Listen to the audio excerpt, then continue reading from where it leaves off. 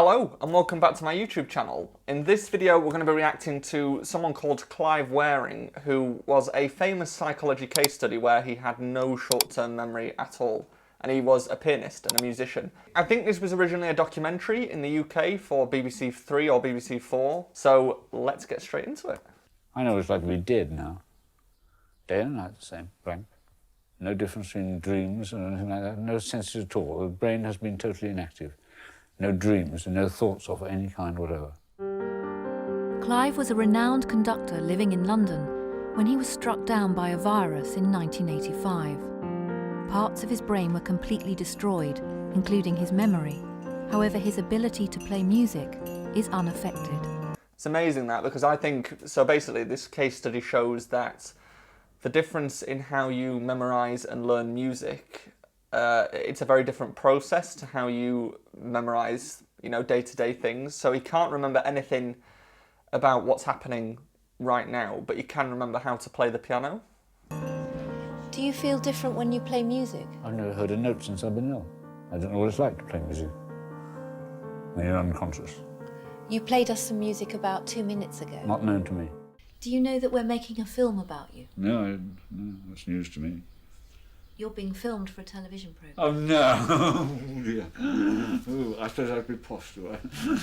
Upper class. Because you're very famous. Oh, likely story. You're full of jokes, aren't you? Are you two laughing as well?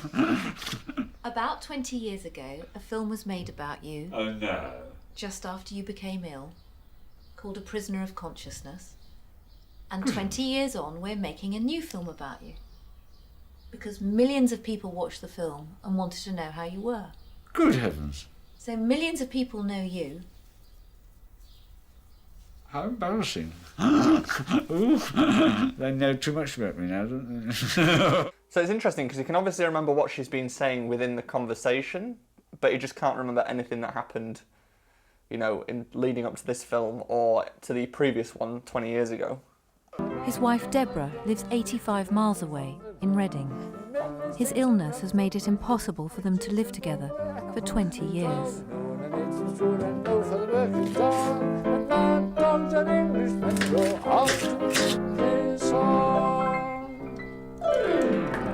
You see, he has no problem whatsoever there remembering how to read music, how to read words, or anything like that. He can play completely fine as if it was before the illness that he had, which is incredible, really.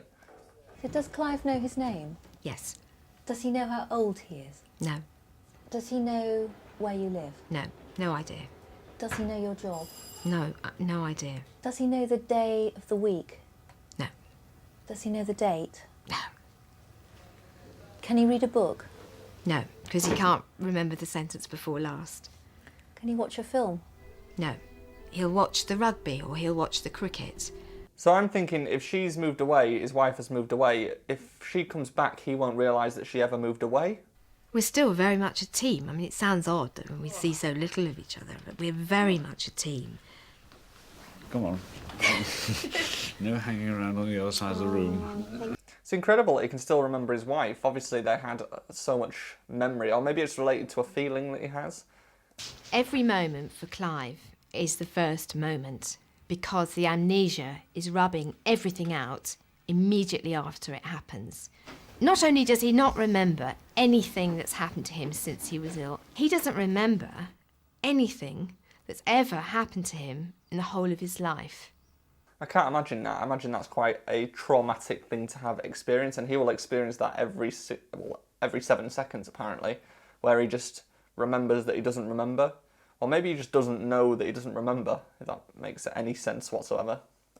He would look at his watch to see what time was this momentous event occurring of first consciousness. And so he would write down 10:06, awake first time.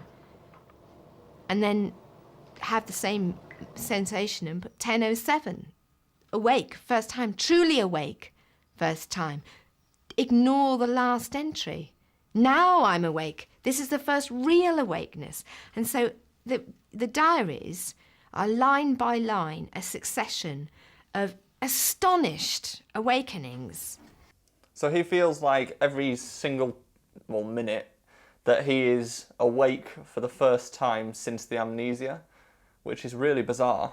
That's 1990, when he'd been suffering amnesia for just 5 years. And this is the effect on him 7 years on. But you can see that he's by no means resolved his anguish.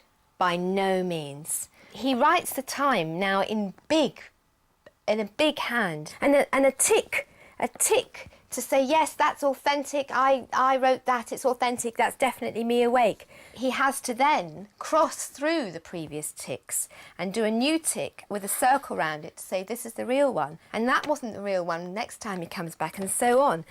It must be so hard, because he must like feel like he's always on the edge of reality, like he doesn't understand that what he's experiencing now in a minute he will have forgotten.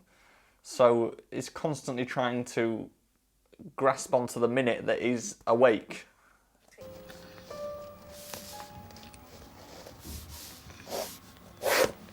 Yeah. First time I've seen my writing. First time I've seen my room, first time I've seen human beings. I've never had a dream or a thought, day and night the same. Do you think he knows that he has a memory problem? Because it seems to me like he knows that he has a memory problem. He just doesn't know how to get out of it. You asked me when did I decide to divorce him and when did I decide to leave. It wasn't really a decision, it was an imperative. There was no way any human being could continue in that way. We had the same dialogue in a loop tape, repeated verbatim, with the same inflection, the same tone of voice, the same expression on the face for, well, the whole 9 years until I left, and we were still having that conversation as I was backing out of the room. That must be so hard for her to have to experience that, and she's having to have the same conversations with him all of the time. I know that a lot of people who have family with Alzheimer's or dementia have a similar situation, whereas I imagine with this, because he's kind of there and present and he's still functioning 100% in the moment, it must be hard because he can't remember anything that's happening. Clive is visiting St Etheldreda's Church in London for the first time since he recorded a concert there in 1982. It's amazing how the acoustic of the churches is quite unlike that of a concert hall. Yeah, yeah. There's lots of echoes and long reverberation. It's very special in that way. Listen, see how quiet it is. I can hear some music in the distance. He's still so aware of how music is structured and how reverb affects the sound and everything. He just can't. It's amazing to me that he still has all of his standard music memory where he knows how reverb and acoustics affect sound in a church, etc. And that's really strange how he can't remember anything day to day, but he can remember all of his music knowledge. He hasn't lost any of it. I remember last time we were here, you were conducting the Lasses Requiem. All right. Oh. And it was for the Lasses International Lasses Festival that you put on, and you came in here, and none of the pews were here, and you used the whole building. For the acoustic. And you had, it was far from a concert, it was actually a celebration of the Mass, as if Lasses had just died. It was extraordinary. And it was so moving that there were people here who were crying. Yes. And it was broadcast live to 5 countries. And you were directing it. And it was so moving that everyone was in tears. That's how good a musical director you were. It was just live. And it gave the... Bless him, it's like he's experiencing it again, or like feeling it for the first time again. He obviously has like a deep connection with music, so he can picture, or maybe he's kind of remembering the feeling, I don't know, but it's like he can picture what was happening at the time. Best pub in the country. If you could go anywhere, where would you like to go? No idea. No idea. Well, I'm going to take you home. Oh, I see. Oh, that's marvellous, yes. Do you know where home is? No. Guess. Yesterday. Home is yesterday. Yes, what's the no today? That's not a bad answer, actually. Home is yesterday. That's true. Yesterday never And stops. home is also next Tuesday. Oh, I see. And we're going... I live in Reading. Oh, I see. You ever... It looks like Been to reading the Reading? way it spells, doesn't it? Do you think you've ever been to Reading? Yes, I have been there. Have you? Yes. I've been to almost every city there is never I suppose you could have gone when Howard was studying there. Yeah. Yeah, I didn't know you'd ever been there. Yes, it's You very never familiar. mentioned Reading. No, it's not a very interesting place, but I have a memory of going there. Yeah, not a very interesting place. So I think he can remember everything that happened prior to the illness, but not stuff that happened after it. Or maybe, I don't know, because he seems to not remember his wife's face, which is odd. So maybe it's just selective as to what he can and can't remember. Has it gone well?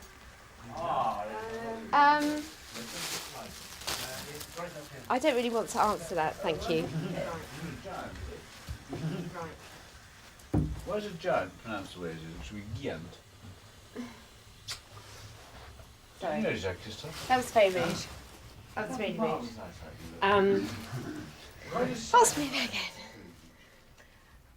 I was just wondering how the day had been.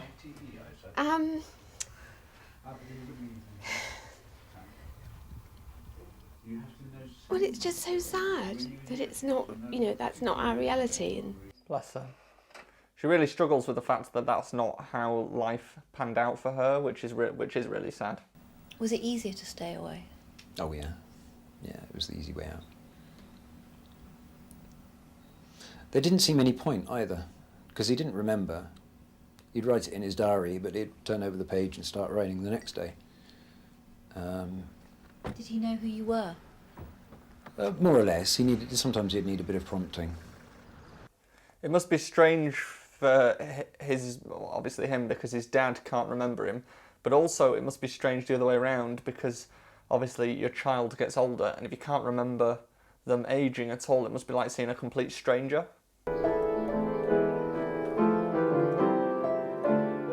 Today, Clive's sister Adele has come to see him.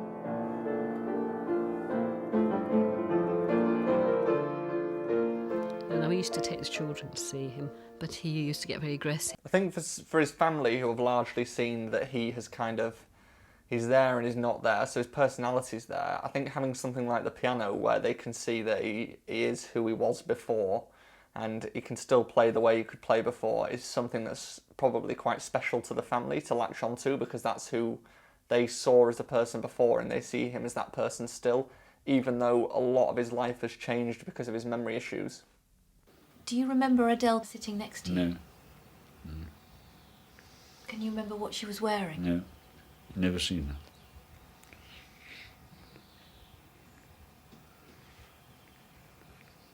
You're the first human beings I've seen, 3 of you. 2 men and 1 lady, the first piece of people I've seen since I've been ill. No difference in day and night, no thoughts at all, no dreams. Day and night, the same blank. Precisely like death.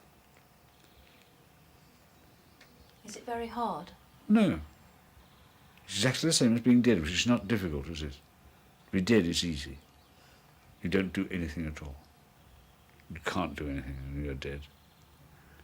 It's so sad because he's kind of just existing. He's not really feeling fulfilled in life because every single moment is like it's like he's remembering again, if that makes any sense. So it's like he's never going to be able to do anything that's fulfilling, and this is kind of it now until death. That's morbid, but yeah. He'll say things like, "Do you know what it's like?" And that's really dangerous, because I said yes once, because I was just saying yes, no, yeah. That was disastrous. I've never said that again since. Why? Because he says, "You don't know what it's like. How do you know?" Of course, he's right, isn't he? So there's no way you're going to know what it's like. So he's still got some fight in him. Oh yeah. But that's the thing, is probably 3/4 of his personality is still. I think it's really good actually that he's aware that he has a memory problem, because if he wasn't aware of that, it would be really hard to explain to him every minute what the issue is with how he's perceiving life. If you could do anything now, if you had free choice, what would you do next? I would gin and tonic, I think. With a cigarette. And then, of course, waiting for time to elude and disappear, and her arrival.